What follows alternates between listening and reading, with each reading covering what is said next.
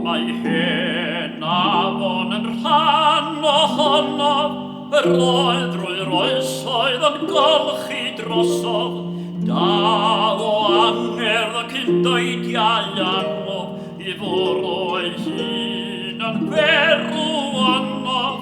Hiw yn waed, hiw yn hof, yn nyffryn y dŵr a rewyn sy'n llifo drwodd.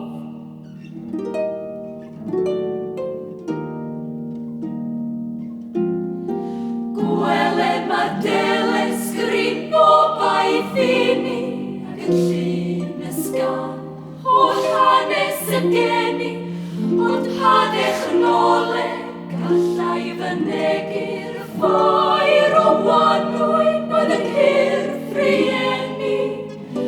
Diferion o'n hafon ni, roedd ein ffydd a'n llawenydd yn y groth yn llenwi.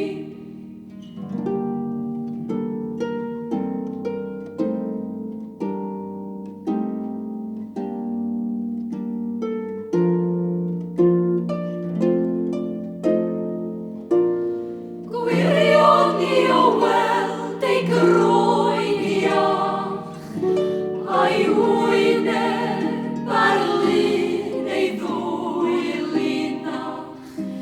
Gwirion ni ar gyfrinach, wyneb y bysedd bach.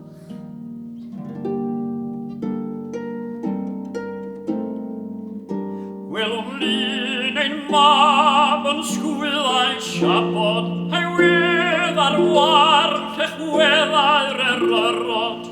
Ei lygaid agos ymhlith yr hosod, a'i ryddiau glan yng ngardd y glynod. Hael y wawr ei fod, a brigau ei gyhyrau oedd coed y gwiwerod.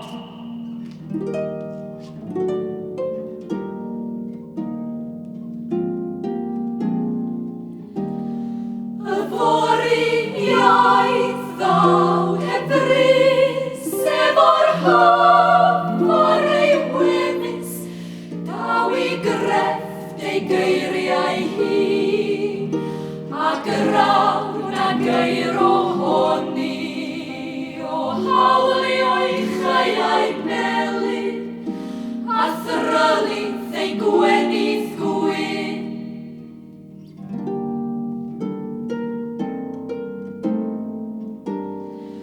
Dwyl o hyd sy'n dal i hoi a'i gobaith fel ysgubau, a'i yn ein brod o'n ifanc yn codi, a hon yw ton y dilyniant i ni.